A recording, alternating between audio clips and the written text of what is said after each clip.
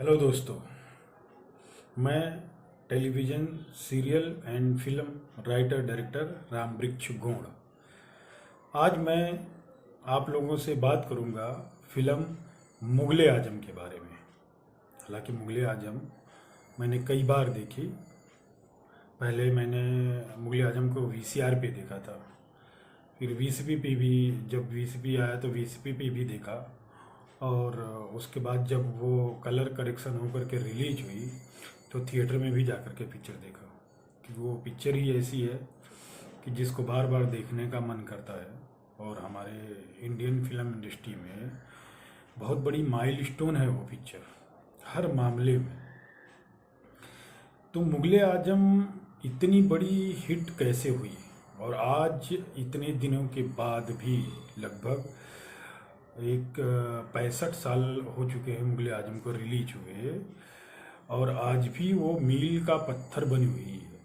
आज भी अगर आप मुग़ल-ए आज़म देखने जाओ, या आप मोबाइल पे देखो, या टेलीविज़न पे देखो, या आप किसी और भी डिवाइस पे मुग़ल-ए आज़म अगर देखते हो तो आपकी नज़रें नहीं हटती हैं। क्या रीज़न है? तो सबसे बड़ी चीज़ तो ये है कि मुग़ल-ए आज़म में हर चीज़ का परफेक्शन है। आपने सुना होगा कि आसिफ के बारे में, कि लोग उन्हें कहते हैं, कुछ लोग तो ऐसा कहते हैं कि वो व्यक्ति मतलब एक तरीके से बोला जाए तो पागल इंसान था। हालांकि इतना बड़ा क्रिएटिव व्यक्ति कभी ऐसा नहीं हो सकता। उसके बारे में इस तरीके की बातें नहीं कहनी चाहिए। अगर कुछ लोगों ने कहा है तो मतलब उनका सेंस ये नहीं रहा होगा कि पागल है, परंतु मैं तो ये कहूँगा कि वो एक जुनूनी व्यक्ति थे। और एक राइटर ने लिखा भी है मुग़ल-ए आज़म के बारे में। वो उसने एक किताब लिखी है, और उसने उस बुक का नाम दिया है मुग़ल-ए आज़म, जुनून, जो है कि जुनून आप के आसिफ। के आसिफ साहब जो थे, जब उन्होंने मुग़ल-ए आज़म की कहानी सुनी और सोचा कि फैसला किया कि मैं मुग़ल-ए आज़म बनाऊंगा, तो उन्होंने ये डिसाइड कर लिया कि मैं इसको इस तरीके से बनाऊंगा, इस तरह से बनाऊंगा कि ये वाकई मील का पत्थर साबित हो। आपको जैसा पता होगा कि मुग़ल-ए आज़म बनने में 10-12 साल लग गया, बल्कि ऊपर का समय लग गया है, 12-13 साल लगा। वो ऐसा नहीं है कि 12-13 साल रोज शूटिंग चलती थी। 12-13 साल का समय इसलिए लगा कि वो किसी भी चीज के लिए कभी भी वो कंप्रोमाइज नहीं करना चाहते थे।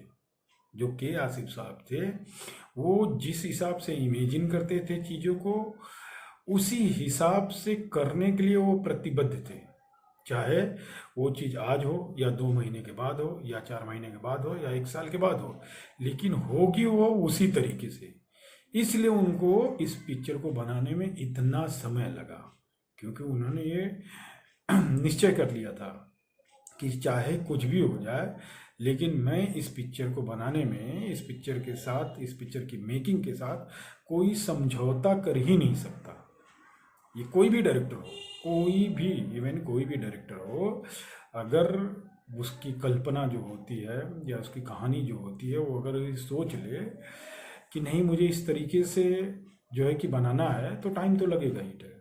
अच्छा, उस समय अब क्या था कि उनको एक सीक्वेंस शूट करने के लिए जो है कि प्लान करते थे, करते रहे होंगे। हालांकि मैं तो उनका समकक्ष नहीं हूँ कि मैं सारी चीज़ें बताऊँ, लेकिन जो अनुमान है, अनुमान यही है कि वो कोई भी सीक्वेंस शूट करने के लिए जब प्लान करते रहे होंगे, तो चीज़ें उसमें आती रहेंगी कि नहीं भाई ये इतना बजट जाएगा। अब जो फाइनेंसर थे और जो प्रोड्यूसर थे, जो पैसे लगाने वाले लोग थे, वो 50 किस्म की बातें करते होंगे कि इस चीज़ को तो आप इस तरीके से भी कर सकते हो, तो आप इतना पैसा क्यों खर्चा करवा रहे हो।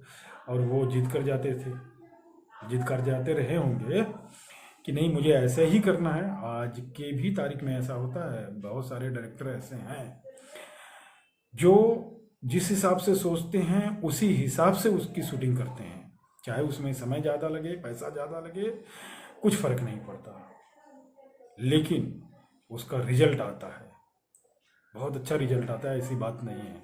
मैं कुछ एक डायरेक्टरों को जानता हूँ जिनके साथ मैंने काम भी किया है, वो जिस हिसाब से सोचते हैं उसी हिसाब से शूटिंग करते हैं और उसका रिजल्ट भी एक ग्रेड का आता है।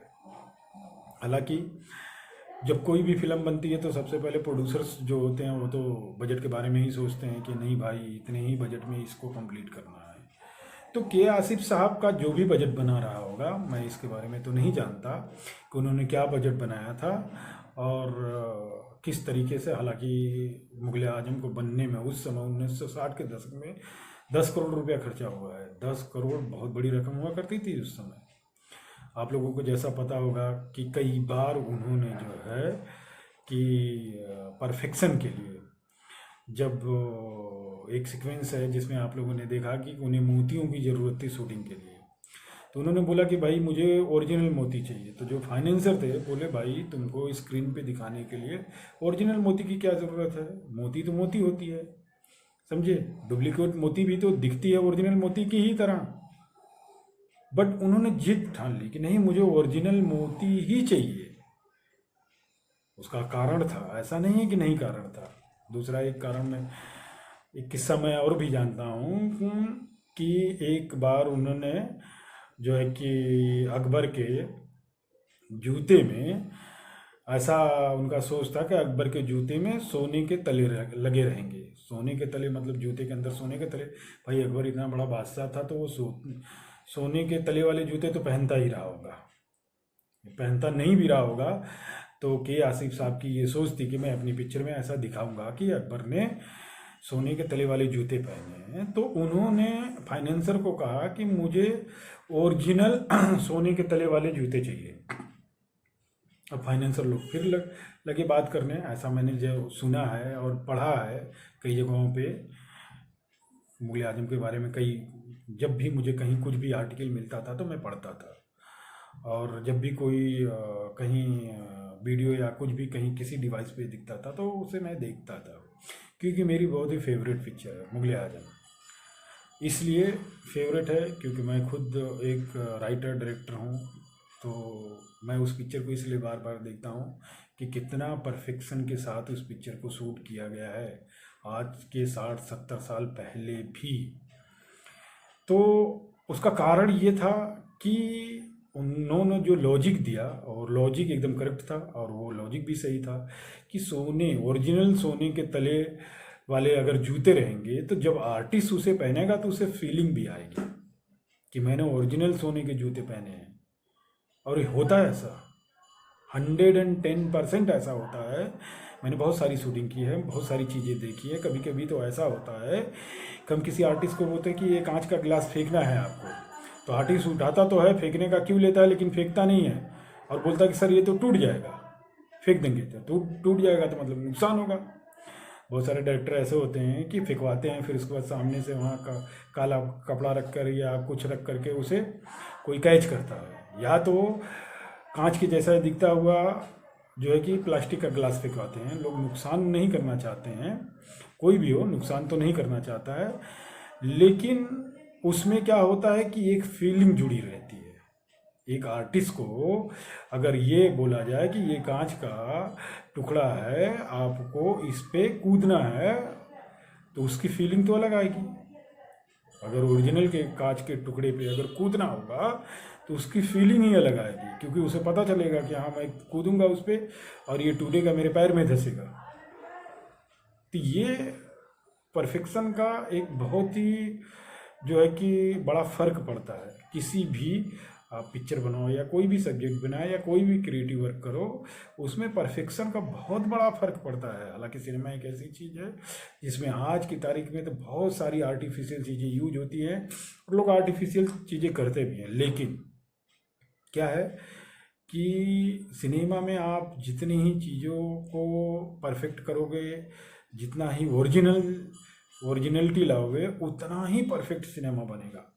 ऐसा नहीं है कि आप जो है कि जिस तरीके से आर्टिफिशियल आप चीज़ों को इम्प्लीमेंट करते हो उसी तरीके से आर्टिफिशियल उसका रिजल्ट भी आता है। 110% ऐसा होता है। अब जैसे एक्टिंग होती है, अब पता नहीं सच है या झूठ, लेकिन मैंने ऐसा सुना है कि कभी एक बार ऐसा किस्सा हुआ था कि जो अपने के आसिफ साहब थे, अपने पृथ्वी राज कपूर साहब से कोई सीक्वेंस शूट कर रहे थे, और जिस तरीके का वो रिएक्शन चाह रहे थे वो रिएक्शन नहीं आ पा रहा था। भरी सभा में अकबर बैठा हुआ है और उनका बेटा सलीम कुछ ऐसा बोलता है जिससे उनको बड़ा मतलब जो है कि शर्मिंदगी सी फील होती है और बड़ा असहजता फील होती है, और वो बार बार टेक कर रहे थे कि आसिफ साहब, और जो है कि उनको जो असहजता चाहिए थी अकबर के भाव में या उनके एक्सप्रेशन में, वो असहजता नहीं आ रही थी। तो ऐसा सुना है, अब सच है या झूठ इसके बारे में मैं नहीं कह सकता हूँ, इस पे आप लोग आपत्ति भी नहीं लीजिएगा। तो के आसिफ साहब ने उनको समझाते समझाते जब नहीं समझे तो जाकर के उनको पृथ्वी राज कपूर को एक थप्पड़ मार दिया, पूरे सेट पे सबके सामने थप्पड़ मार दिया। अब ज़रा सोचिए, पूरे सेट पे सबके सामने भरी दरबार लगी हुई है और उन्होंने थप्पड़ मार दिया। थप्पड़ मार के बोला आप कि आपको समझ में नहीं आता कैसे एक्टिंग आपको करनी है। फिर उसके बाद उन्होंने जो टेक किया तो वो असर तो थप्पड़ का था ही। तो जो असहजता चाहिए थी उन्हें, वो चीज़ उन्हें मिल गई। तो अब ज़रा सोचिए कि उन्होंने परफेक्शन के लिए किस हद तक गुजर गए थे के आसिफ साहब। और ये मेरे हिसाब से तो हर डायरेक्टर के अंदर होना चाहिए। मैं ये नहीं कहूँगा कि थप्पड़ मारना चाहिए किसी भी एक्टर को, ऐसा नहीं है। लेकिन क्या है कि परफेक्शन के लिए कुछ भी करना पड़े तो करना चाहिए। मैंने बहुत सारे ऐसे डायरेक्टरों के बारे में सुना है, जैसे अब हम आज की तारीख में जानते हैं या सुनते हैं कि आमिर खान साहब हैं, वो भी मिस्टर परफेक्शनिस्ट के नाम से जाने जाते हैं। आप उनकी भी फिल्मों को देखो, उनकी भी फिल्मों को आप देखो, हर चीज़ों में इतना परफेक्शन होता है कि जितना चाहिए नहीं। देखिए क्या होता है, सिनेमा बनाना आज की तारीख में ऐसा नहीं कि बहुत ही डिफ़िकल्ट हो चुका है। जब से डिजिटल कैमरा आया है तब से तो हर कोई डायरेक्टर बन जाता है। क्यों? क्योंकि क्या होता है कि आप रीटेक करते जाओ, रीटेक करते जाओ, जब आपको लगे कि ये अच्छा है तो ठीक है, ओके, बाकी जो है करते रहो। पहले नेगेटिव थी तो उसमें थोड़ा सा एक दिक्कत ये होती थी कि अगर आपने सारी चीज़ों को परफेक्टली एग्जीक्यूट नहीं किया तो टेक एनजी होता था, और फिर उसके बाद क्या पता 4 मिनट में 15,000 रुपये की रील ख़त्म। 15,000। मैं जब इंडस्ट्री में आया तब उस समय 2000 के आसपास तो सिनेमा जो था वो अक्सर नेगेटिव शूट होता था। तो 4 मिनट की जो रील थी, एक केन जो होता था वो 12 से 14,000 रुपये का आता था, और 4 मिनट वो उसमें एक्सपोज होता था। कैमरा स्टार्ट हुआ, 4 मिनट एक्सपोज होता था, आप जितना भी। तो उसमें क्या होता था, पहले तो एक स्टार्ट करने में जो है कि 15 से 20 सेकंड चला जाता था, फिर उसके बाद लास्ट के 20, 25, 30 सेकंड बचे रहते थे, तो कोई ऐसा शॉट लगाना पड़ता था जिससे 20-30 सेकंड का शॉट हो। तो बड़ा दिमाग लगाना पड़ता था शूट करने के लिए। बट क्या आज की तारीख में डिजिटल कैमरा आ चुका है, आप शूट करते जाओ, आपको समझ में नहीं आ रहा कि ये परफेक्ट नहीं हो के उसको डिलीट कर दो। और आज की तारीख में तो और ईजी हो चुका है, क्योंकि अब तो मोबाइल में भी कैमरे आ चुके हैं, लोग मोबाइल से भी शूट करते हैं। बट शूट करने के लिए तो आप कुछ भी शूट कर सकते हो, लेकिन परफेक्शन होना चाहिए। आप शूटिंग बहुत इंपॉर्टेंट चीज़ नहीं होती। आप आज भी लोग किसी भी चीज़ को तभी देखेंगे, उसे तभी पसंद करेंगे जब आपने किसी चीज़ को परफेक्टली बनाया है। ये नहीं कि आपने क्या चीज़ बनाया है। ये ज़रूरी नहीं होती कि आपने यह स्टोरी उठाई है। कौन सी स्टोरी? आप देखेंगे बहुत सारी फिल्में ऐसी है जो सुपर डुपर हिट होती है, जबकि स्टोरी नाम की कोई चीज़ नहीं होती है। क्यों? क्योंकि वो किसी भी टॉपिक को उठाते हैं, उसको इतना परफेक्टली बनाते हैं कि वो चीज़ अच्छी लगने लगती है। तो मेन चीज़ जो होता है डायरेक्शन के लिए, मैं डायरेक्शन क्या है या फिल्म मेकिंग के लिए ये कहूँगा, परफेक्शन जो होता है वो सबसे बड़ी चीज़ होती है। आप अगर किसी भी काम को कर रहे हो बहुत ही परफेक्टली अगर करोगे तो 110% आपको सक्सेस मिलेगी ही। मैं सिर्फ फिल्म लाइन की बात नहीं कर रहा हूँ, आप फिल्म मेकिंग की ही बात नहीं कर रहा हूँ, आप दूसरे भी काम अगर कर रहे हो उसको हर तरीके से आप पहले देखो, समझो, जानो, बूझो, उसके बारे में सोचो, और फिर उसके बाद उसको एग्जीक्यूट करो, और बहुत ही परफेक्टली एग्जीक्यूट करो, तो आप 110% सक्सेस हो जाओगे। किसी भी काम में सक्सेस हो जाओगे, चाहे वो काम छोटा हो या बड़ा हो। हालांकि कोई भी काम छोटा या बड़ा तो नहीं होता है मेरी नज़र से, बाकी सबकी अपनी अपनी मर्जी होती है। तो मेरे कहने का मतलब यही है कि आप किसी भी फिल्म को बना रहे हो या किसी भी स्टोरी को बना रहे हो तो उसमें परफेक्शन बहुत बड़ी चीज़ है, बहुत बड़ी चीज़ है। कोई भी काम कर रहे हो तो उसमें परफेक्शन बहुत बड़ी चीज़ है। देखिए क्या होता है कि जीवन में कुछ लोग ऐसे होते हैं जो चीज़ों को सिर्फ खाना पूर्ति के लिए करते हैं। जैसे कि हाँ भाई मेरा ये काम है, मैंने कर दिया, मेरी जिम्मेदारी पूरी, मेरी ड्यूटी ख़त्म। आपने कर तो दिया, लेकिन उस काम का क्या रिजल्ट आ रहा है ये तो सोचो। आपने जो किया है उसका रिजल्ट क्या आ रहा है ये तो सोचना चाहिए आपको। क्यों? क्योंकि किसी भी काम को तभी जो है कि वैल्यू मिलती है जब उसका रिजल्ट आता है। अब परिवार में भी बहुत सारे लोग ऐसे हैं, आप देखिएगे, समाज में हो या परिवार में है, परिवार में भी बहुत सारे लोग ऐसे होते हैं जो सोचते हैं मेरा तो ये काम है, मैंने ये कर दिया। आपने कर तो दिया, लेकिन मेरे कहने का मतलब ये है आपने जो किया है उसका रिजल्ट क्या आ रहा है, जिस हिसाब से करना चाहिए वो आपने किया कि नहीं। अब जैसे बच्चे हैं, मैं सिर्फ एक एग्जांपल के लिए कर रहा हूँ, हर बच्चे ऐसे नहीं होते हैं। कुछ बच्चे ऐसे होते हैं जिनके माँ बाप स्कूल भेजते हैं, वो स्कूल तो जाते हैं, बोलते हैं हाँ स्कूल तो जा रहा हूँ, पढ़ता तो हूँ, लेकिन रिजल्ट, कुछ बच्चों का रिजल्ट आता है 90%, 95%, 98%, और कुछ बच्चों का रिजल्ट आता है 50%। ऐसा क्यों होता है? बस रीजन एक ही है, वो है परफेक्शन। कि अगर आपने ध्यान से पढ़ा है किसी चीज़ को, किसी भी टॉपिक के बारे में बहुत ही ध्यान से पढ़ा है, उसके हर पहलुओं के बारे में पढ़ा है, तो 110% आपका मार्क जो है कि 95, 96, 98% आएगा। और अगर आपने सिर्फ खाना पूर्ति के लिए पढ़ा है तो वही परसेंटेज आएगा जिस हिसाब से आपने पढ़ा है, 50 या 60% आएगा या 40% आए, या पासिंग मार्क भी हो सकता है।